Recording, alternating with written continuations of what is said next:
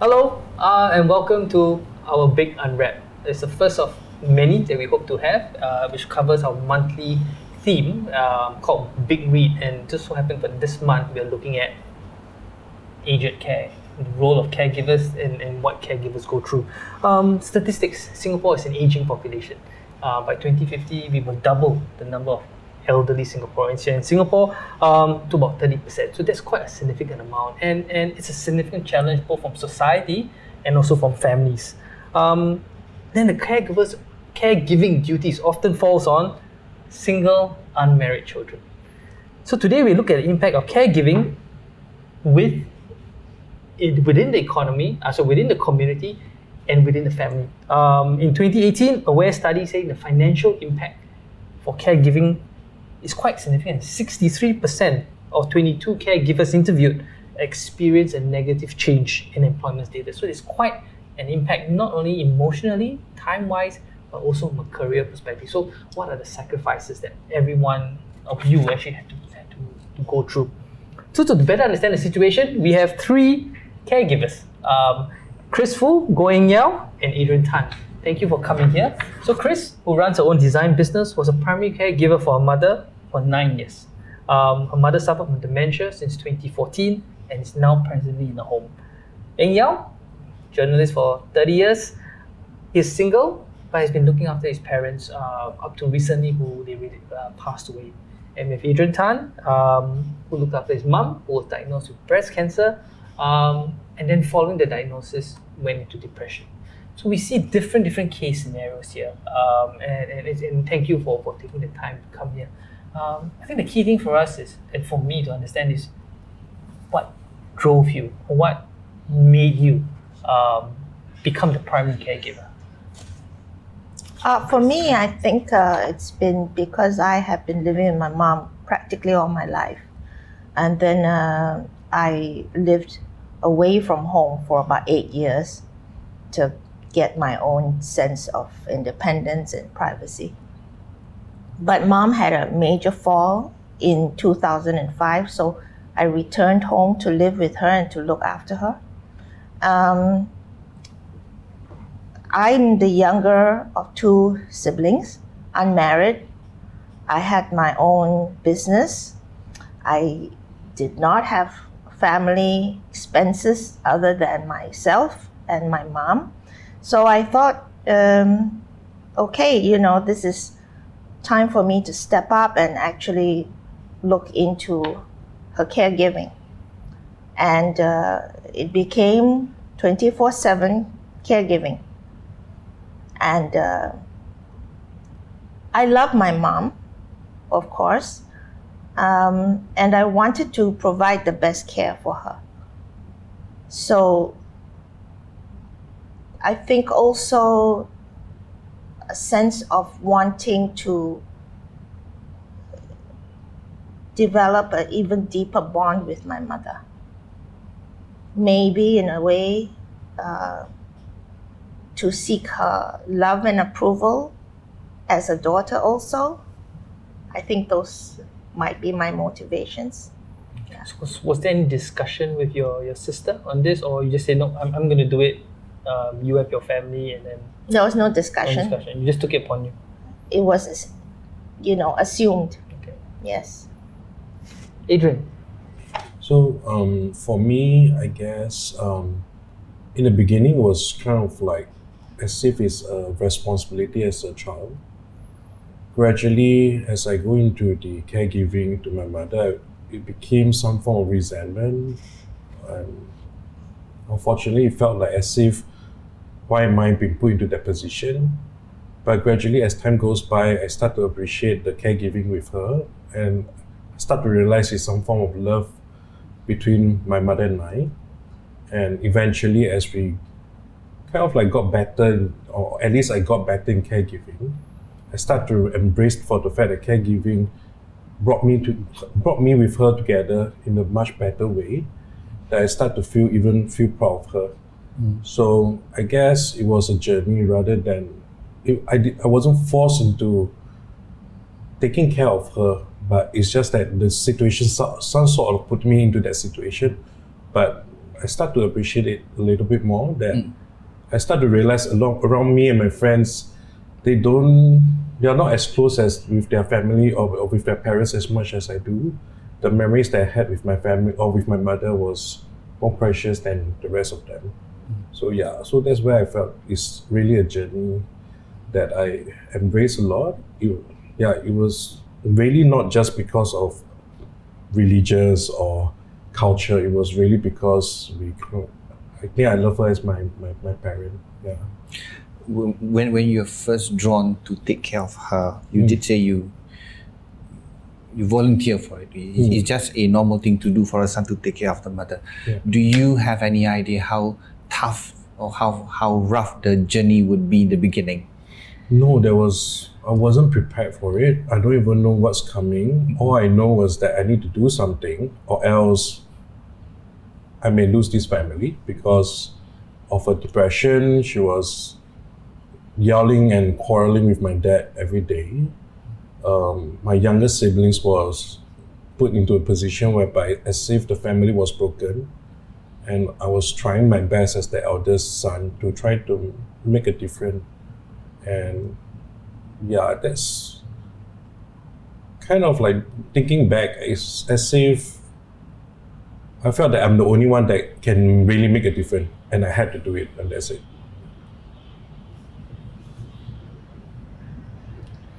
How old were you? I was only 21 or 20 actually. I was 20. Yeah. So young. Yeah. Post NS. Yes, immediately after NS. So yeah, how did you get involved in your caregiving? The responsibility was suddenly thrust upon me. You see, the thing is that I am the youngest in the family, not married. My 3 sisters were all married, have their own family. Then my mom suddenly had a stroke. And the thing is that the moment an elderly person has a stroke, right, then a lot of other things happen. Like she suddenly couldn't bathe herself. And we got a helper for her. But the thing is that even though you have a helper in a house, the helper needs someone to guide her. So I moved back to stay with my parents. So that was in 2002. So I've actually been taking care of my mom for 20 years. So my father my father was slightly older than my mom. So he took care of himself, and he also helped to take care of my mom. And my father was actually quite good until the last few months of his life. He lived until he was 90. But during the last few months of his life, he started developing signs of dementia.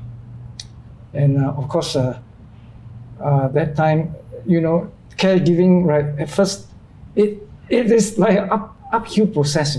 It gets tougher and tougher. And then it's like rolling a rock uphill. Then the burden becomes heavier and heavier. And then, of course, like Adrian and Chris, right, sometimes at night you just think, why am I alone doing all this? A bit resentful. My 3 sisters, they'll come to the house on a Sunday, they'll just leave, and then they go back to their lives, and then I'm stuck with my parents. But now looking back, because my mom just passed away last November, I think my efforts was well worth it. If I had to do it again, I will do it again. My mom passed away at home. Very, very peaceful passing. I was holding her hands as she slips away. And it was a very, very peaceful passing. We didn't even know that she passed on. And this reminded me of, in Chinese New Year, we always wish people this thing, 5 happiness, 五福临门. And the last happiness, the ancient Chinese used to call it 丧钟, a good death. With my mom's passing, then I realized, what is a good death? Very, very peaceful passing with all the family members with her. Which is why I'm a very, very big advocate of people aging in place and dying on their own bed. Yeah, it's quite challenging. So my dad also passed away a year ago, so from cancer. So but when he was diagnosed in November, by February he was gone.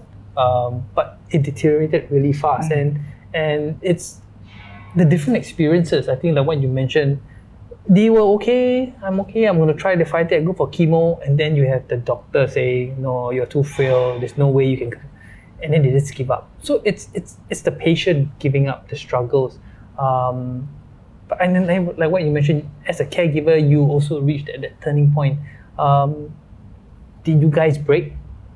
And what led to that breakage that you guys went through? Or we call it a burnout. Yes, I've had two.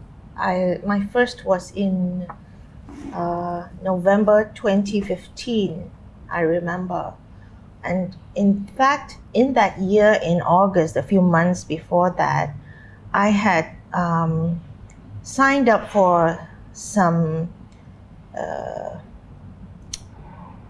lessons or course, you might say, with CAL, which is the Caregiver Alliance of Singapore. That is an organization that provides support and sessions on caregiving for people who have mental health issues. So I thought, okay, mom has dementia. That's a mental health issue. I'd like to learn more about that. But at that time, the focus was more on major mental health issues like schizophrenia, bipolar disorders. There wasn't actually very much coverage on dementia. So after about 3-4 months, I got up one day and I just cried. I simply broke down. And I think the maid and my mother too were kind of taken aback what was happening to me. I then realized that it was a physical and emotional burnout. The second time was in November 2020. In that year, I had a full year's work as a retainer, designer with a pharmaceutical company, doing branding and packaging work, at the same time looking after my mom. And my workaholism and my intensity in caregiving just could not be sustained. And long working hours, deprived of sleep, basically, that did me in. Yeah. So we see the emotional being physical. Absolutely. A burnout is never just one aspect of your life, it impacts you from physical exhaustion, mental exhaustion, lack of focus on anything else other than caring for your parent. Then, of course, resentment. I have to be the one to cushion the fights between my mom and the maid. And I think also a sense of myself getting older. And after 9 years, it takes a toll on you. So that's how I felt. I had to take an enforced staycation in Singapore. And the thing is, there was no respite too. How all this accumulates and builds up is the lack of respite. In the first 3 years of my caregiving, I had no day off. The maids are off on Sundays. I have to look after mom. It just builds up. And of course, with the COVID, it's worse. You feel even more isolated, even more stuck in the environment. Yeah. Did you guys feel the same way? I mean, you guys also had to look after your parents or your parent. Let's say that I was a bit resentful, but that was all right. I think in my case, right, I was quite fortunate. My finances are very sound. I was a financial journalist, so I do know how to invest. So once you settle the financial part, right, a lot of problems get solved. And the other thing is that one thing I noticed is that when you have to look after elderly parents, right, people in hospitals, people in the care centers, they are very, very kind to you. Very, very kind, and they are very, very helpful. And the other thing I noticed is that I also have support from my friends. I may not have support from my family, but I have a lot of support from my friends. My friends are extremely helpful, and that helps. I mean, did you create this network? Did you It have comes a call naturally. It may have come as a result of my occupation. So, you also get to mix with a lot of people. And you see, in a situation like this, right, the good nature of people comes in. Like the physiotherapist at St. Andrew Community Hospital, right? She will help to exercise my mom. And then she knows the way I take care of my mom. She's also extra careful. She's also extra caring. And for a stretch of time, I was worried that my mom may go into depression because she's at home all the time. So I actually got hold of AIC, Agency for Integrated Care, and asked them to help me to find a daycare center for my mom. And it's quite good. That time, St. Luke at Marine Parade was just set up, and they got me a place for my mom there. And my mom spent 2 very happy years there until, of course, COVID interrupted. And we all had to be confined at home.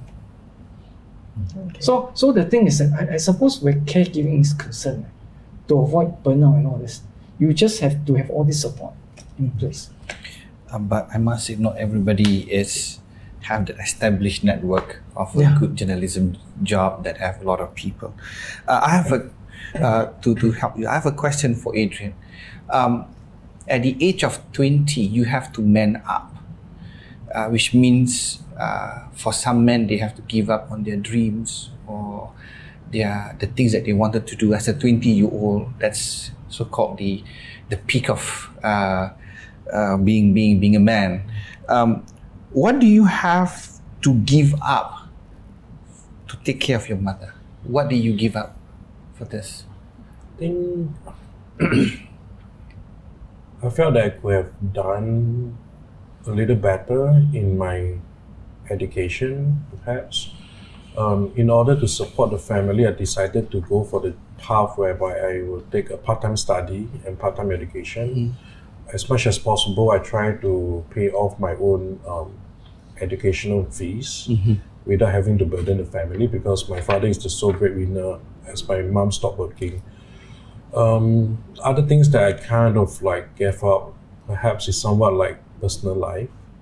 I don't really mingle with other friends, or I have very good relationships with my friends and so on, but I'm not actively going out with them unless it's after schools or after work. Do you give up about the hope of marriage? Or say, everybody wants to raise a family, a relationship?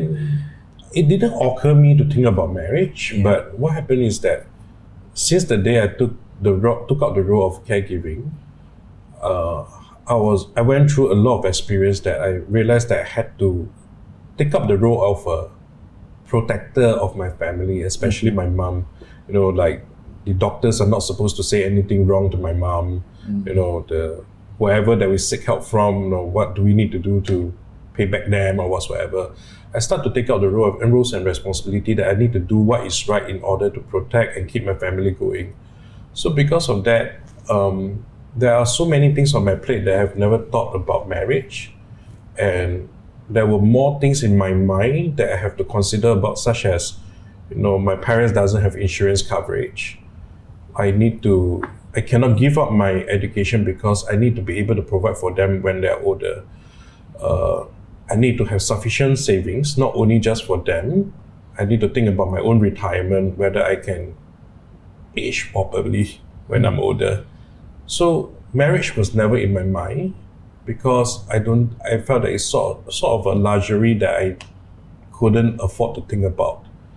And that constant guilt that do I really have extra time for other people rather than my caregiving responsibility that I care for my mom? I have never been able to predict when her depression, will happen. I will never be able to prepare whenever that she may go into a medical emergency. And I ask myself, if something happens, will she be the top priority? Then my answer is yes. Then I can't be responsible for a second person. So, and she also tell me don't go and find a girlfriend, screw up people's life, just like how your father screwed up my life. Yeah. Yeah. So, and that got me thinking, maybe I'm not ready for it. Yeah. How was your stress level? How do you cope with it? Because you're young, you are, raging, dynamic. There's so many things you want to do. My experience is slightly different from Chris, and but I felt it's as if because I started caregiving so early that I start to realize it's part of my life. It's like I kind of like absorb it into as part of my daily responsibility, that I don't see it as something like a burden initially. Gradually, what my first burnout was, my father and my mom quarreled to the extent that my mom fainted on the bed. And she was, even when she fainted, she was crying, and there was tears rolling down her face. I had to step out of the house. I remember I was sitting at the staircase crying alone because I was blaming myself for not being able to control the situation. Since then, I realized that I kind of like imbue a mindset into myself that there are things that is not within my control, and I will not force myself to control it. And second thing was that anything that can go wrong will go wrong.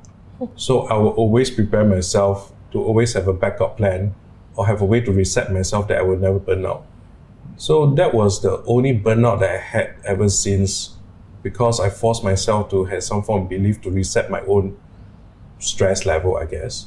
But the second time that I ever cried was that I had to travel, because I took up a part-time degree, and in order to complete the studies, I had to go to Australia, Perth, to complete my education. I had to travel away from my mom for 2 months. I remember when I was sitting on the plane with the rest of my classmates, I was crying alone because I was feeling so guilty that what if I'm not around and something happens to her? And the last message she sent to me before I boarded the plane was that she said she loved me. I was like, so that was the second time that I had a very bad crying. That I was like, my friends, as a young caregiver, I don't tell anyone about my caregiving responsibility. Nobody ever knows that I care about my mom unless very close friends. So it was something that I kept inside me. And so that's why people were like, what the heck is Adrian crying alone on the plane? It's like so eager to get out of Singapore or something. So so that's what I went through. So he can't travel, and as a journalist, you have to travel. So how do you settle that? You see, the thing is that I became a financial journalist. So I set up a stock market. So the stock market is, you only do the Singapore stock market. So I have ex-colleagues who ask me, so don't you feel deprived in any way? You have done much, much better. As he mentioned, I actually got a degree from Cambridge University. Some of my cohort went on to great, great things. And I look after my parents. But I still think it's worth it. And then, as you said, right, you went to Australia for 2 months. I noticed that as my parents get older, right, even things like going overseas becomes difficult. So whenever I go on a holiday, right, I always make sure that the airport is only half an hour away. I will not travel more than 6 hours. Everywhere I go must be within 6 hours reach of Singapore. And I'm never out of Singapore for more than 5 days. I mean, these are small sacrifices. Because the thing is that you can't just leave your parents with a helper, and if what happens if something goes wrong while you're away? There's always something at the back of your mind. So I think we all have methodology, plans that you guys to find solace. I think for you, you seem a very organized person. I have to be. You have to be. I mean, and that's how you control your burnout, and that's how you get comfort. No, I never had any burnout. Burnout. Never had any burnout. But I think that's what you created. You Yes. were able to create a network to support yourself, Chris. You mentioned you had a burnout episode twice. Yes. Before that, definitely you would have tried certain coping strategies. How do you like talk to someone? Adrian sat down in the corner to cry. I mean, prior to that burnout stage where you can't take it anymore. I mean, how were you coping? So, in the day-to-day coping, every day brings a new event or new stressor that actually the clock just blurs. And especially in the later stages when my mother would wake up 6 to 8 times a night. And I might feel that I can leave it to the helper to look after her. But then again, the helper has been up since 7 in the morning and done the whole day's work. And I'm a night owl. So I think, okay, well, I'll attend to mom then also at night. So there's no reprieve. I do have a close circle of friends. Then you kind of feel like I'm starting to become a burden also. Telling the same story to friends who can sympathize or empathize, and they have their own challenges at home too. So then I start to feel that my self-worth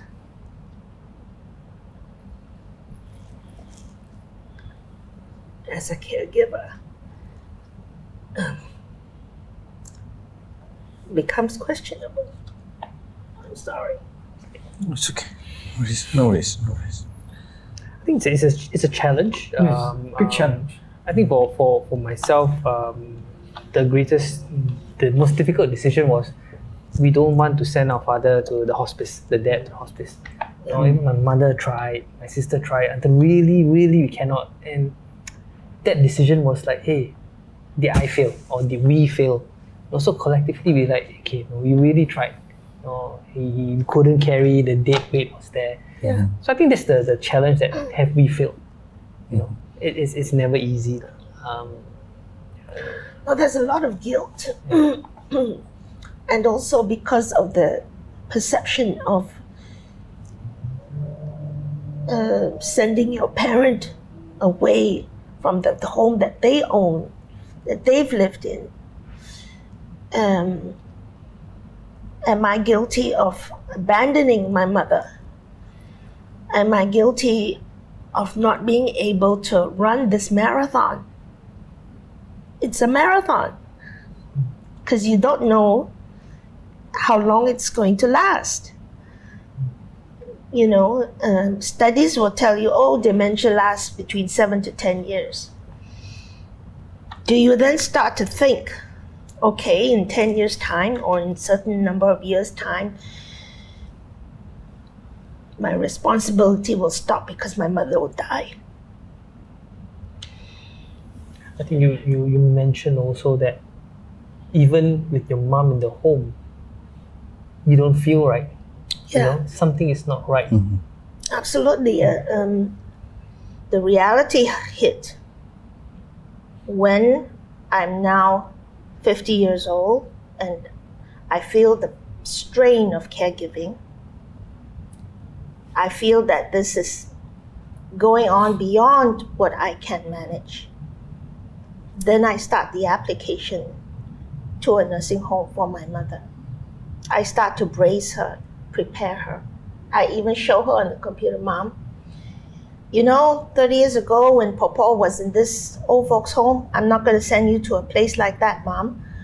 I will send you to a decent nursing home with proper care, nursing aides who are there on standby for you all the time.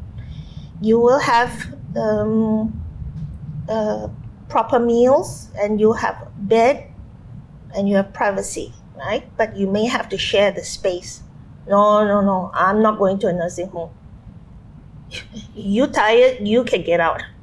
I will stay in my own home. Never mind, no maid, never mind. I will look after myself. This is my home. And I know in all my research that every elderly person wants to age at home. They want to die at home. And home means a place that they're familiar with, a place that they own. Not even in today's term, they have assisted living. That means, they even have assisted living in HDB flats now, I understand. Yes. Where you can pay maybe 2006 for a shared room. But that's not your home still. It's like not even a rented place of your own, because the rented place of your own, you have dominion over what goes on in the house. But now you're at an age or a stage where you don't have control over your own environment, and you have no sense of an emotional root in that physical place. So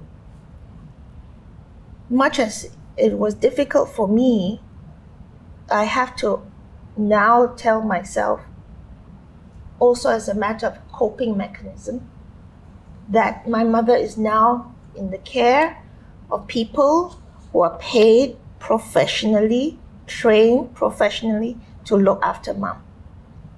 That I cannot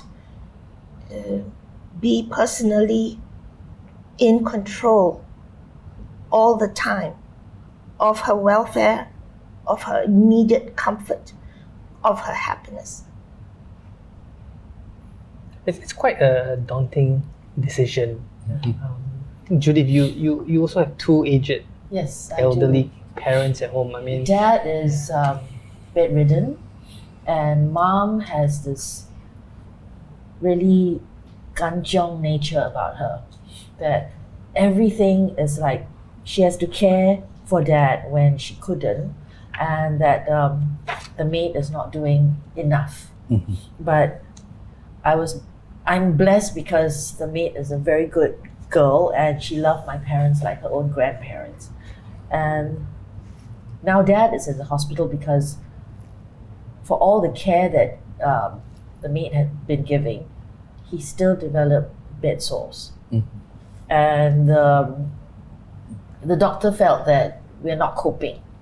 So she wants us to either hire a second maid, which of course mother is not happy because she says it's additional expense. That two makes me quarrel. Yeah, I mean, of course. And, That's my experience.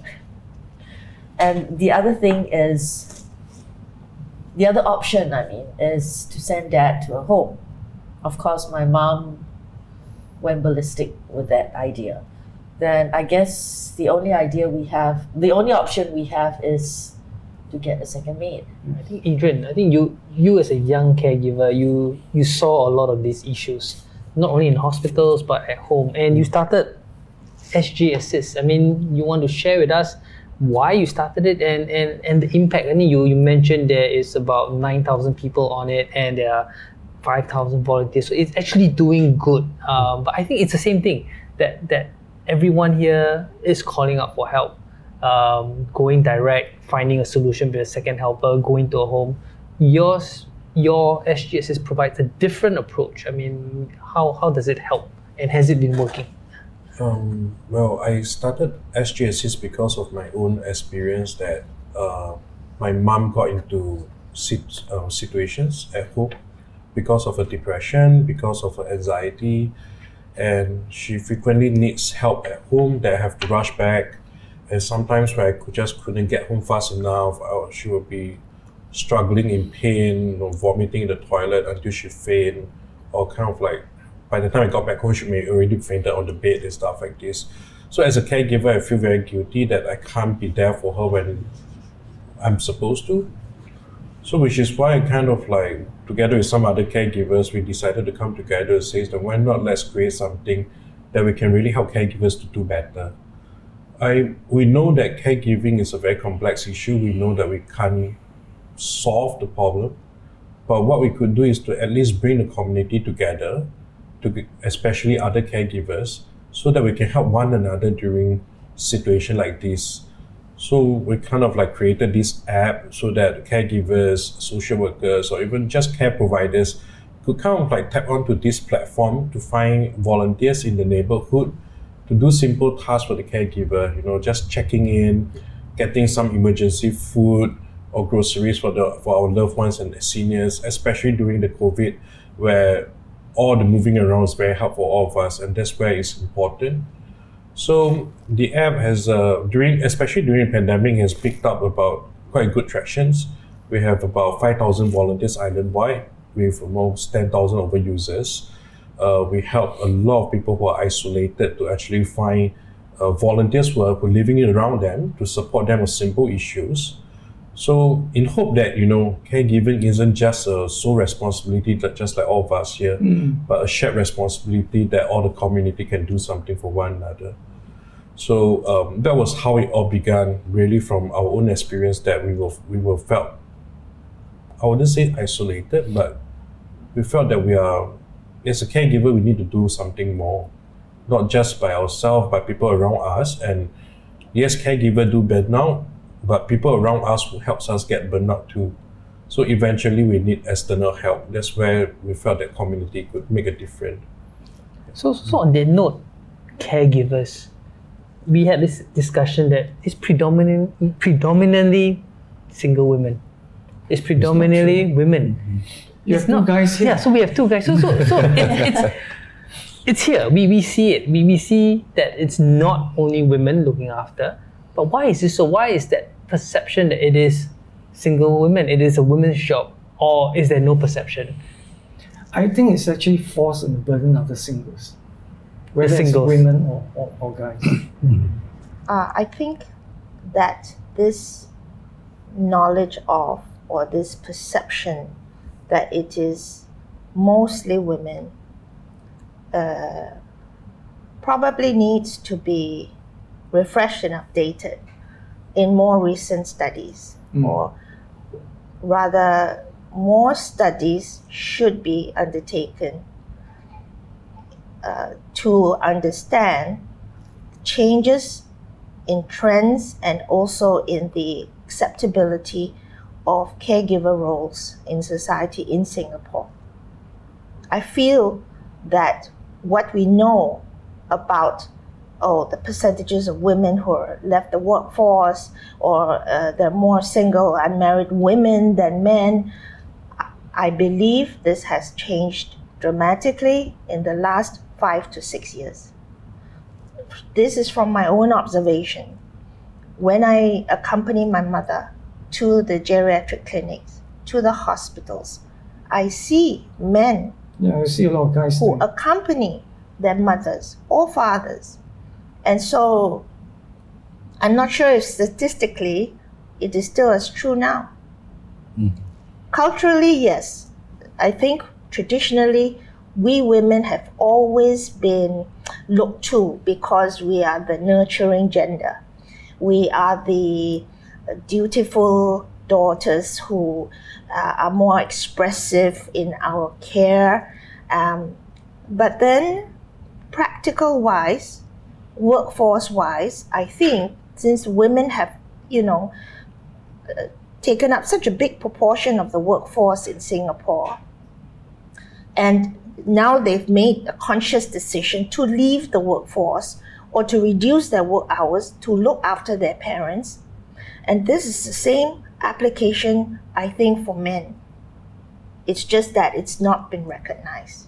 Perhaps also men are not used to stepping up to communicate the burdens of caregiving.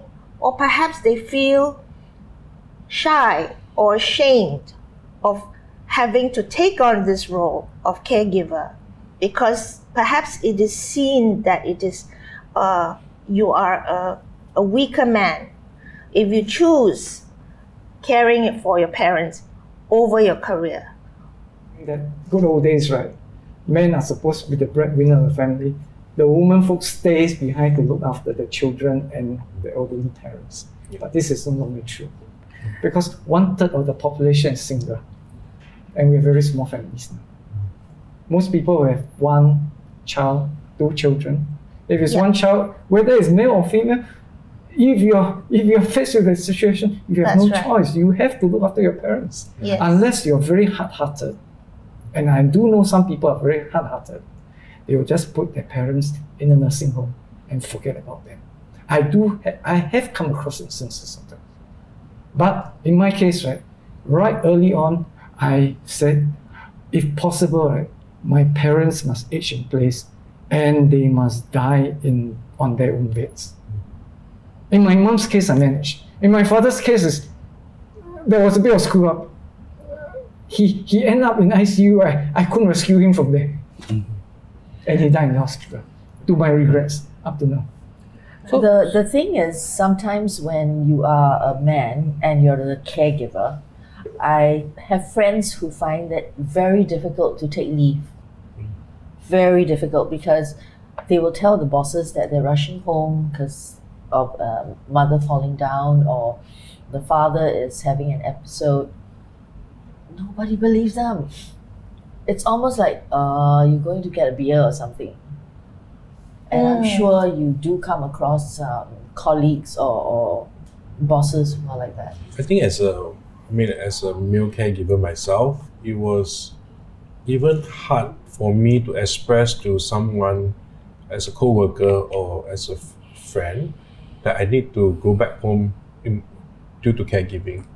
It was, especially during long time ago, caregiving wasn't a concept that people understood. It was like, isn't there your mom to take care of your father, or your father take care of your mom? It was supposed to be that kind of condition.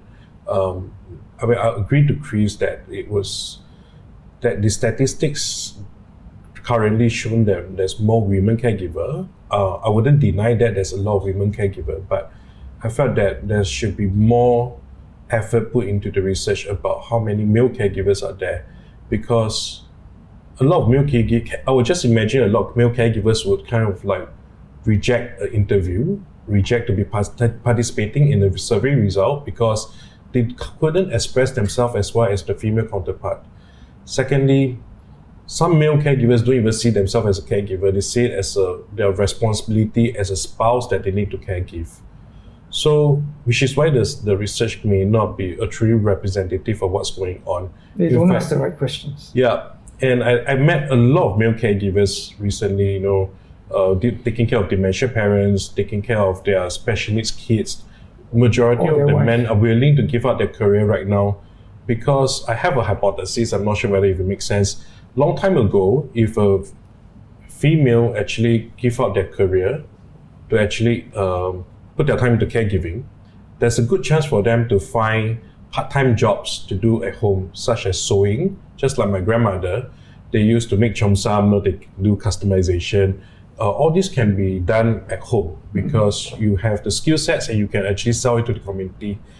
But for guys, isn't that straightforward? You are doing odd job, you have had to fight for survival a long time ago. But now it's a different thing. Now the male caregivers says that let me give up my career because I will have more flexibility to do things or find a part-time job more easier than the ladies. So which is why I felt that there should be more caregivers, but that wasn't being accounted for in most of the research. Yeah. That brings me to another point. We have not discussed about financing. I am a financial journalist. So I noticed a lot of the stress on the caregivers is because they give up their career. Yep. Next thing is they run short of money. Yes. Because I took care of both my father and my mom, and I know how costly it is. Yes. Very, very costly. Just a hospital bill alone, Yes. $2,000. Then my mom last stage, she can't be carried anymore by the two of us, the helper. So I had to get a hoist, $3,000. All this is hidden expense. Yes. Now, the thing is, how do you juxtapose a career as well as caregiving? if you give up your career, you may not have money to support your caregiving Yep. role. Yep. So it's very tough. Very tough. Well, I think safe to say that many people, as they begin their caregiver journeys, as they begin to realize that the parents have increasing physical needs, medical needs, the caregivers themselves don't make a conscious choice to, okay, I give up my career entirely. That's too drastic a decision, I think, for many people to take. However, because of the burden of caregiving, more and more they find that the time spent on caregiving is so entirely draining that inevitably the career and the work hours will suffer, No, you and see, therefore the income. so in my case, right, so as I was telling Judith, I stick to the stock market reports. I don't go and fight with people for promotion.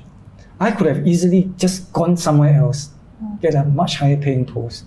But if I have a much higher paying post, I probably have to spend a lot more hours in the office. And I probably have to fly somewhere else, spend a week or so overseas.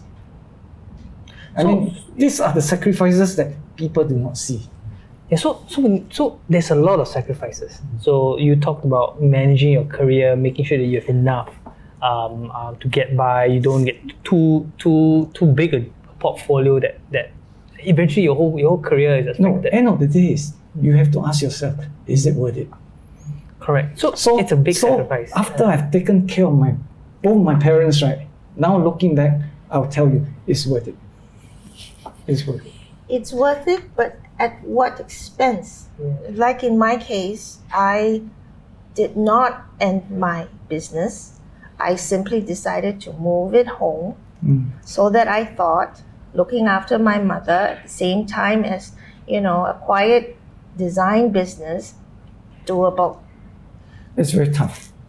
And I have no regrets. Yes, what I was Very saying was, I have no regrets whatsoever. The silver lining in all of these caregiving years is that I built such a close bond with my mother now. And she's appreciative of me now. And she's appreciative of the sacrifices I've made. That nothing can substitute that, right? Money or time or dedication cannot buy the closeness that you will have with a parent when you look after them and when they feel that sense of care that you have for them. However, it has been at the expense of my own physical well-being, my own emotional well-being, my mental capacity, and my finances that have drained completely. Yeah. I can't blame my mother for draining my finances. You never know how much it costs. No, I can't There's blame the there's a lot of caregiving for costs, the yes. draining of the finances. But being a caregiver does make you lose the potential for income, Which is why it's very hard to which is already a juxtapose the sum, two. Yeah. right? If you run a business, 100,000 a year, very simple numbers, right? A modest business. And then what about being an unpaid caregiver?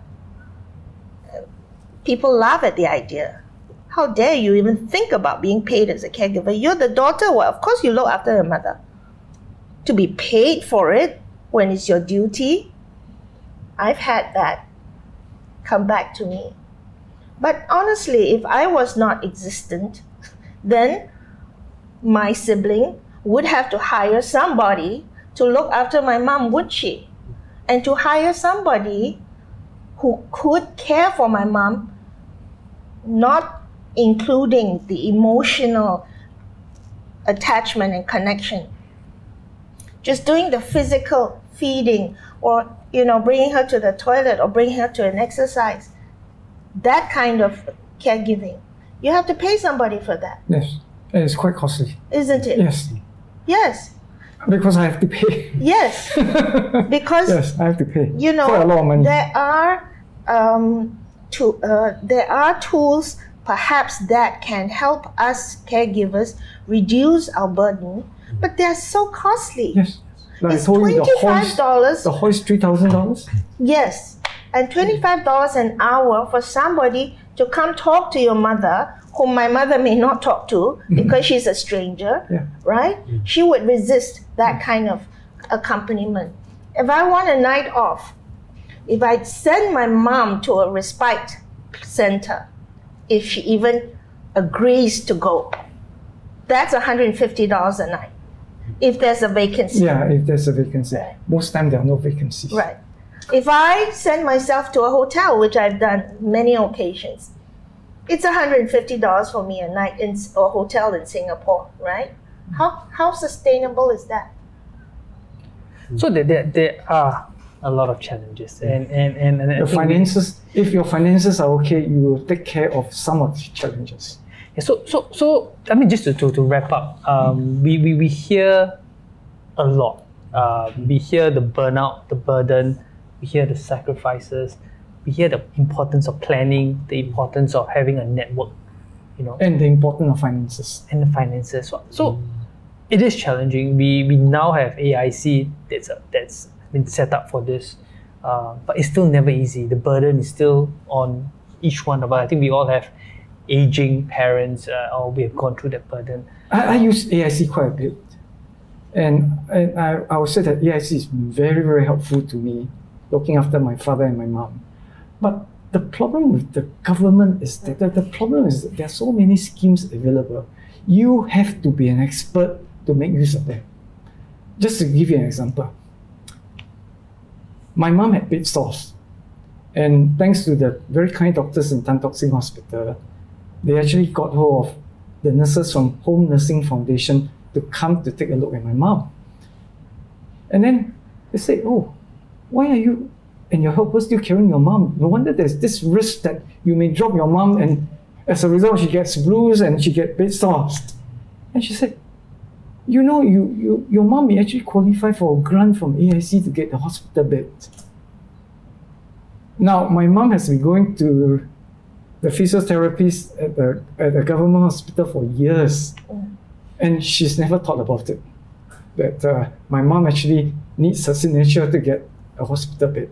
So you see, a lot of the schemes that the government sets up is with very good intention, but very few people use them because sometimes they are not even aware they exist. That's right. That's It's right. more like we can't It's use very it. sad. That's right. Actually, I'm not sure whether I should go against what Ingyao has said, but I felt that the nature of what we spoke here, including what Chris has just shared, and what Ingyao has just shared, presents a gap in terms of our understanding of how our society provides support.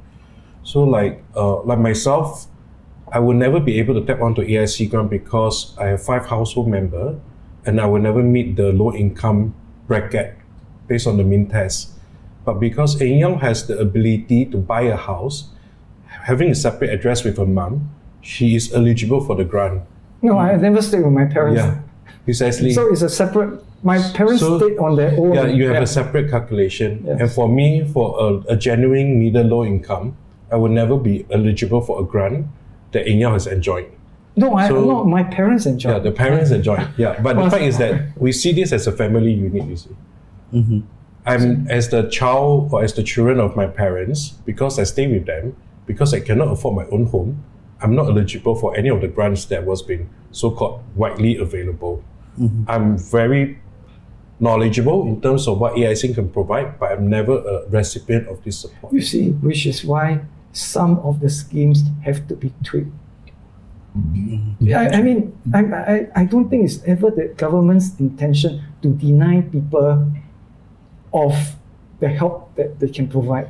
But I think some of the criteria can be tweaked. The mechanics Yes. in application, the processes, is really befuddling. Overwhelming. Befuddling, to the person, if that even person No, even to knows us about it. outsiders is befuddling. But to the experts, right, those people in the AIC, the Right. hospitals, right, they do know how to navigate But the those system. schemes, are they sufficient? Yeah. I don't find them sufficient. I'm But at least they grateful are for start. them. They are start. My mother receives $100 monthly DAS, that's disability assistance assistance scheme. scheme. Yes, thing. that's right. Okay, there is a $200 home caregiver grant, Yes. but that $200 is not meant for the caregiver, even though it's named after the home caregiver grant. Yes. It is actually meant to be received by the elderly patient, the yes. person. The person. Yes.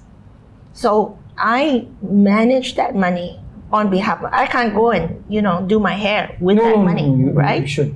You should. Now $100 plus $200. The AIC scheme, where you may have a subsidized rate for a wheelchair. Only one wheelchair in your lifetime. Yes. One hospital bed in your lifetime. If the wheelchair breaks down or after wear and tear after 10 years, sorry, no more subsidies. How is that helpful to somebody like me who used to earn a decent amount of money as an income, have to swallow my pride and now have to ask for financial assistance? Which is why I said, for a start, at least they help people along. It's like one fine day I went to Changi Hospital. I was buying some Pampers for my mom in the shop, Life 9. Then this old lady came in, her husband had a stroke, and the doctor said that her husband needed a wheelchair. And the shop assistant was telling the old lady, you should really walk across to AIC and ask whether you can get a grant. The best part of it all is nobody even told her that such a scheme was available. I had to bring her to AIC, explain to the girl in AIC, this is a old lady in the 70s, she is not educated, can you help her to Yes. apply for the grant? Yes. But there must be a start somewhere. Yeah, but it's just never enough. Like basically, we are just encouraging for the fact that caregivers needs to be married, give up caregiving, No. so that we can move out from our family house, so that we can leave our parents alone, then help them apply for the grant. But I think the whole policy needs to be revisited and Yeah. how they condition how caregivers should be. So caregivers like myself, my behavior is not so good for my family because I'm still taking care of her. Imagine if I were to move out, not take care of her, I can help her to apply for grant, and therefore she can live sufficiently. No, you see, the thing is that coming back to this health minister, right? I mean, he said that his mom had palliative care and all that sort of thing. He understands the need for people to age in place, to die on their own beds. Now, if you want, and that is the wish of all the old folks. Yeah. So, I mean, if you want to make their wish come true, then a lot more has to be done. Of course. A lot more has to be done. That's the reason why I set up SGSCs, but because for the fact that a lot of caregivers like myself who wants to help my family to age at home, we cannot afford to. So unless I do maybe a speed dating service, get all the caregivers to marry it out, stay somewhere so that we can tap on the ground. If not, we never get sufficient support. So definitely there is a lot of The whole challenges. national policy Yeah. has to be relooked at. But actually, if I don't mind, I would like to recap Chris' point just now that in fact I felt that the national ecosystem has been currently trying to pump a lot of money to strengthen our medical ecosystem, to be able to have more nursing home, more daycare services. Why not transfer the money, just like how we provide a salary or allowance to national servicemen? Why not we give monies to caregivers like Chris and myself, so that we no longer invest money into big corporates that build hospitals and nursing home, but provide sufficiently an income for caregivers, so that we no longer have to send our family away to institutional care. So which means we need to train caregivers, especially in the family, and they should be seen as doing national service. As a professional caregiver for our own loved ones. Let me interject here. There's just a bit of research I did before I came on. In financial year 2016, only a small fraction has been spent on home and center-based care compared to the nursing home model. It's $240 million, or less than 3% of the MOH budget of $9.8 billion. The last few weeks of my mom's life, right, the SGH doctors got the Assisi Hospice doctors to come and help her. I mean, take care of my mom. And I was quite surprised that Assisi Hospice is privately run. And it relies on donations to keep it running. And the people were very good-hearted. The nurse, in fact, came to see my mom on the day she passed away and alerted me that she actually passed away. And I was surprised that, as Chris said, right, $240 million devoted to home care. Yes. And institutions like Assisi Hospice, which are doing such an excellent job, have to be funded by donations. Something is wrong. So I think something that we really have to look at, and I think this discussion has really brought out emotional, difficult things that caregivers like us have to go through or have gone through. But it also sounded out like what you brought up, important societal government policy that is good but needs to be refined and made easier accessible. Relooked at. Correct. So I think thank you so much for coming. And definitely I think we have opened our eyes. I mean, we know it's a big issue and it's a work in progress, but I think with discussions like this, we understand, we realize that it is the challenges out there. But more importantly is, can the policymakers actually hear us and address all the issues? I think with your help, I'm sure. So thank you everyone for joining us for this discussion.